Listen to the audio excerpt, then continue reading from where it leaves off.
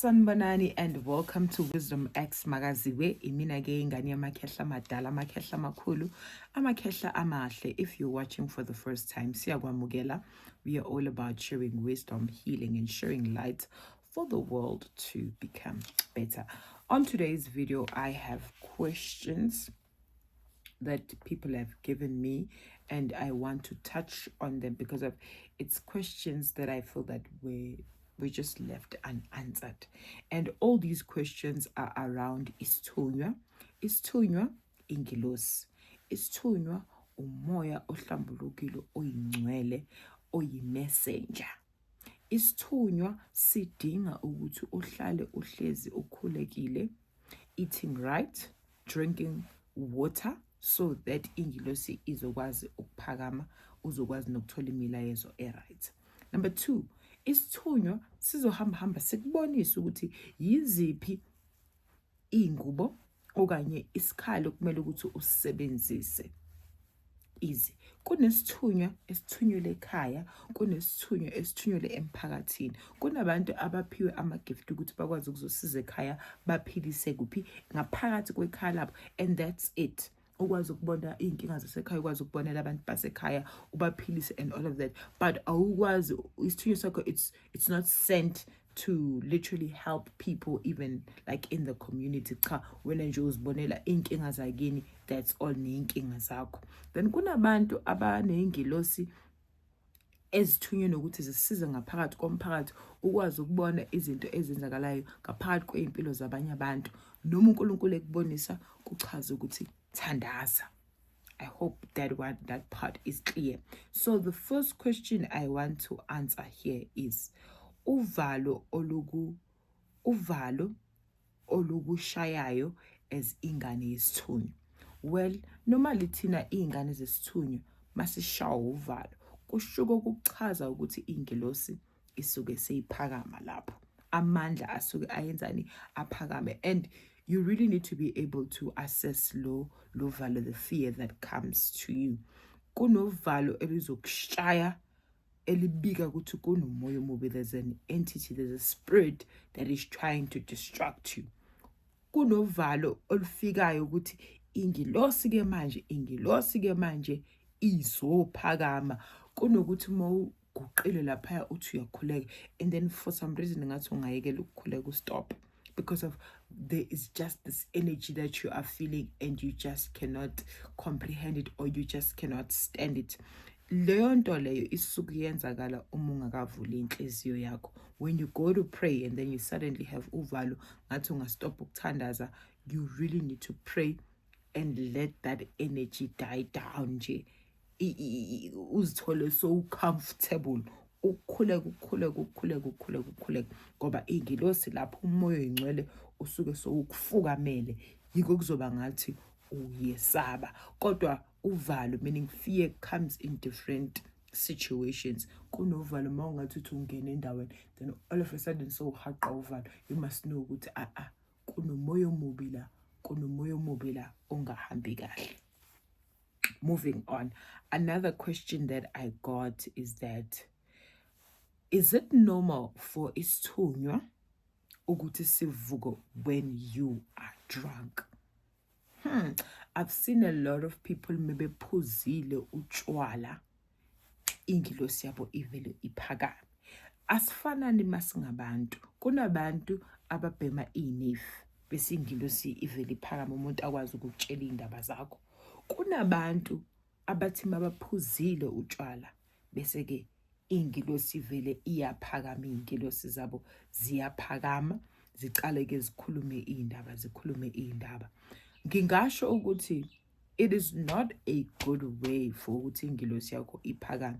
Imagine you are in a party, you are in a setting where nirelaxile nabantu kumnandi, then all of a sudden wena ingilosi yakho fushu ivele iyaphakama. You need to be able to control ingilosi yakho, noma uzibona inkinga zomuntu or noma ubona, you need to be able to contain yourself and call that person aside, or if you are close to that person uyamazi personal, ukhulume naye kwamanye ama-channels, not in a space where everyone is just looking at, because of ngeke uphuze utshwala bese ingilosi iyaphakama. Some people are not acceptive of that. I've seen that in my personal spaces, in my family, where umuntu wavela waphuza utshwala and then all of a sudden sekavuka umoya, sekakhuluma indaba. And mind you, this person ukhuluma izinto eziyiqiniso. Ingilosi mangabe ifuna ukudlulisa umlayezo iyawuyehlisa umlayezo. It will depend ukuthi kuthola usoba awukho soba uyaphuza, but mawuzazi ukuthi unengilosi evele nje iphakame and ingilosi yakhe ihlupha ngaleyo ndlela ukuthi wena ukwazi ukubona iy'nkinga zabantu. And guys, can we not judge because as fun kunabantu laba abahamba estradeni kodwa bakwazi ukubona iy'nkinga zakho. Thola ukuthi uhlangana nomuntu avela akutshela ukuthi so yes, you don't understand this person ukuthi ingilosi yakhe ingabe injani. Bakhona abantu abaphiwe in that sense ukuthi when they just looking at you, they can tell you ukuthi ku-1, ku-2, ku-3, ku-4. But that person needs control because of ezophuza utshwala bese ke ingilosi iyavuka. Some people will not be acceptive.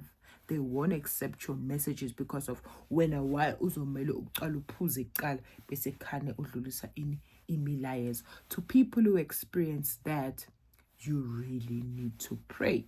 You really need to pray. Kuzomele ukuthi ukhuleke. I know that even people ababhemayo, ababhema insango, bakhona athi mangiyibhemile vele ingilosi yami iyaphakama and all of those things.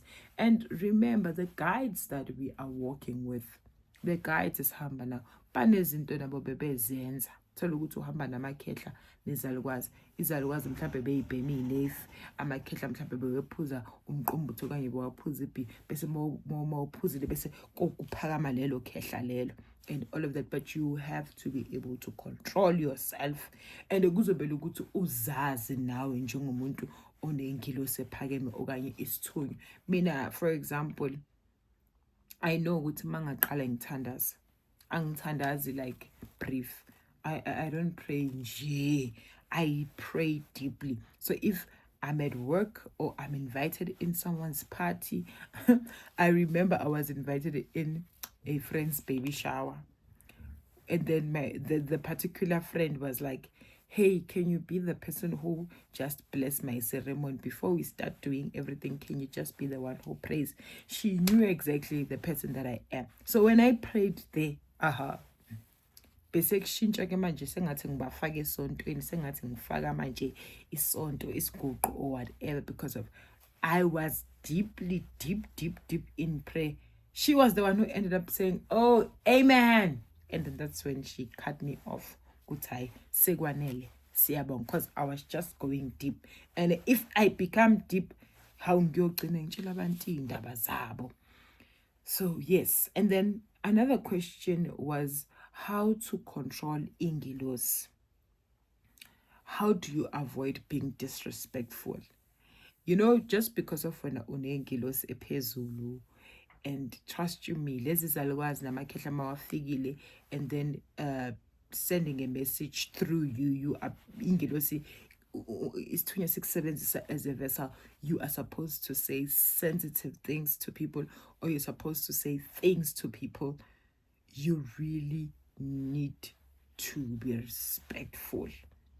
Personally, ngiyazazi ukuthi ngihamba namakhehla, and some of lamakhehla ngihamba nawo awadlali ke, ayakhuluma, ama straight talk. So not even sometimes esikhathini esiningi kuzomela ukuthi ngihloniphise mina as a person ukuthi mawuzophakama lo moya akumelanga ukuthi nami ngiziyekelele nje. Kuzomela ukuthi ngizame ukuthi ekukhulumeni kwami lizokhuluma, yebo ikhehla lizokhuluma, kodwa nje amagama akawe like choose your words. And siyahluka masingabantu beyithunywa. Uyazi ukuthi mawuphakamisa isiphika sakho siso kuphakama ingilosi ezokhuluma kanje. Uma ngabe uphakamisa isiphika siso, that means ke awuncengi umuntu lapho, ukhuluma into straight and siyazi bakuthi abantu abalithanda iqiniso kanti futhi abantu bangaphika nangaphambi kwamehlo wakho bayenze wena ngathi uyislima wena umuntu obonayo kube ngathi shem awuboni lutho bathi balokole bephika bathi cha akukho kanjalo kanti kuloko lokukanjalo. So how do you control ingelosi yakho? Pray.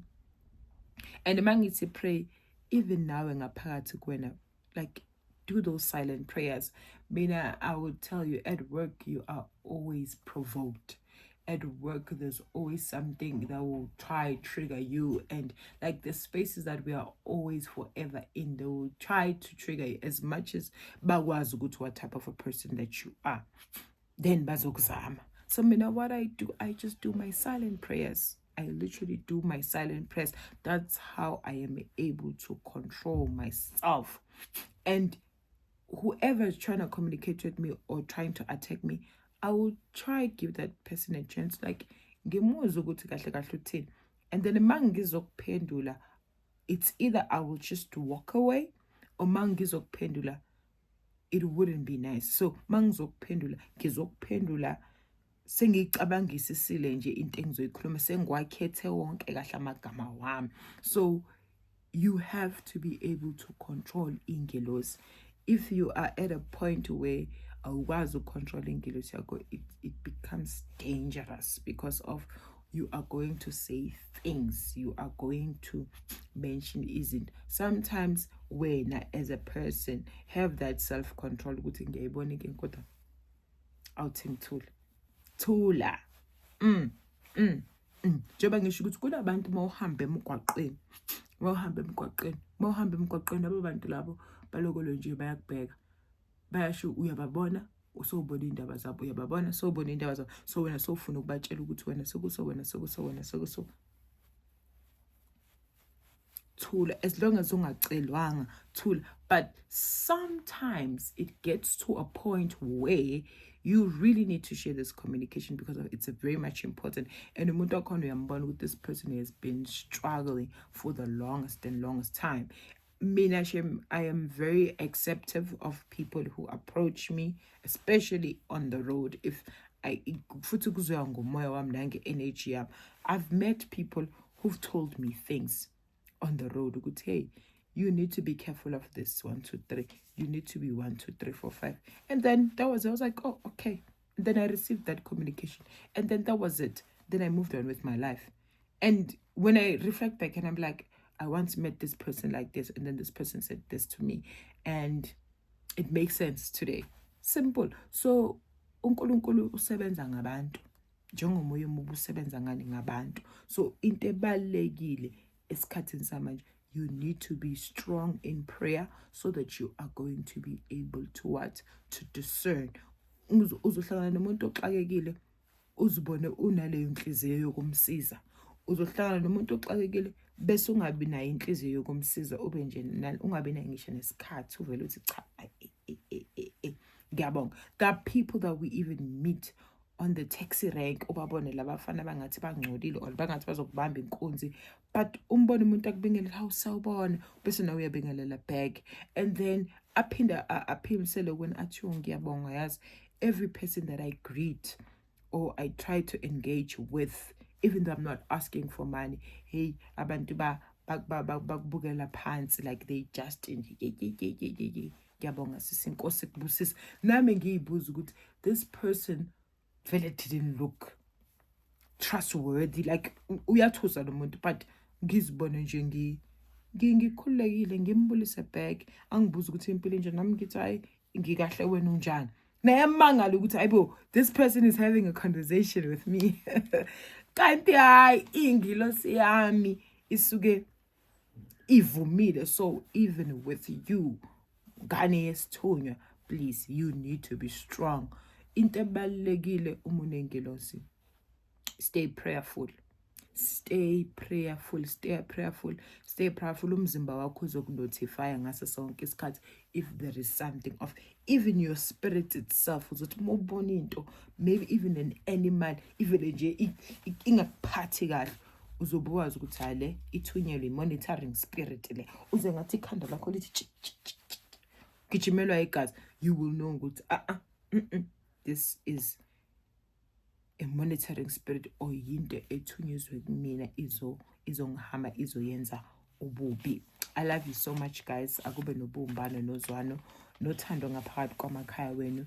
If you do have more questions around isithunywa, because of these are the ones that I got, and then I felt like let me just address them. And then if there's more and more and more questions, feel free to write your comments and ask on the comment section so that I'll be able to answer some of your questions.